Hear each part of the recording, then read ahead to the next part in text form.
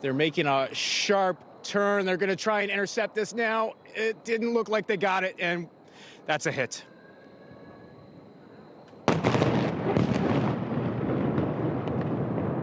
Yeah, that's unfortunate. And this attack might not be over. That looks like the heart of town here. I think we definitely just had a hit. Yeah, hey, Zach, I don't See know any others in the sky? I don't know how close that is to you, but if you need to go somewhere safe, now's the time to do it. Well, if we would have, I don't think we would have been able to have much time to get anywhere anyways. What you saw there, a big plume of smoke now rising up over the heart of Tel Aviv. Can yeah, you see Zach, that smoke? can you, where in Tel Aviv do you think approximately that landed there? Yeah, how far away from where you are? Right. Yeah, this is where we do have to be careful. I mean, I'm just going to give away the farm here when we say that. Yeah, don't say that. That part of town is an important asset. Yeah. Heart of Tel Aviv, we still have outgoing interceptors from the north of the city here. And I'm looking at this outgoing interceptor. These are the short-range interceptor systems. This is what we know as the Iron Dome. What is attempting to intercept those ballistic missiles before they come in, before that one screamed in and hit in the heart of town. I'm looking at that mushroom cloud now growing, heading, spreading our direction. The high-altitude defense systems like the THAAD, that the U.S. system, or the Arrow defense system, the David Sling, those are the two Israeli systems.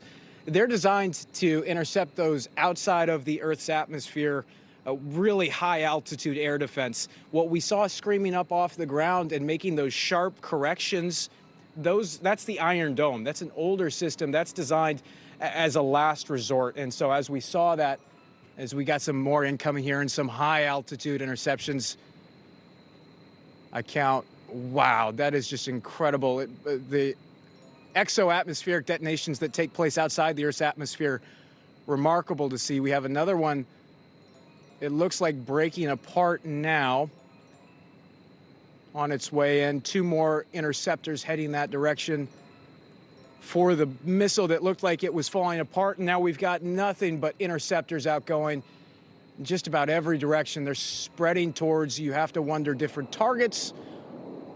Or as we saw with that first one that hit two, trying to hit the same target. There's a ballistic missile that is screaming into the north towards Haifa.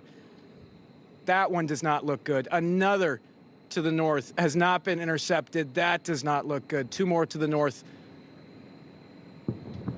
Where's those? I can see the reflections on the buildings of outgoing interceptors. And here we have some. This is a considerable attack. I would wager that they must have fired more than a dozen at least. Yeah, those are big explosions from either interceptions or direct hits. And this attack is ongoing. But for the bulk of that attack, it does appear that Tel Aviv was the focus of numerous ballistic missiles, but this attack spreads to the north and to the south, and we're looking at these things when they're, 50,000 feet, 30,000 feet in the air, screaming towards the ground. So you can't really gauge on the horizon against a black sky just how far away those missiles are. But I can, now that we've lived through this so frequently here, I can. Zach, let say me with jump in here and ask you, there was, while you're keeping an eye on things. Sure. How often are you getting notifications that missiles are coming in to Tel Aviv and into Israel right now? Is that pinging I'm hearing in the background? Is that notifications on your phone of just that? Yeah, exactly. This is still ongoing here.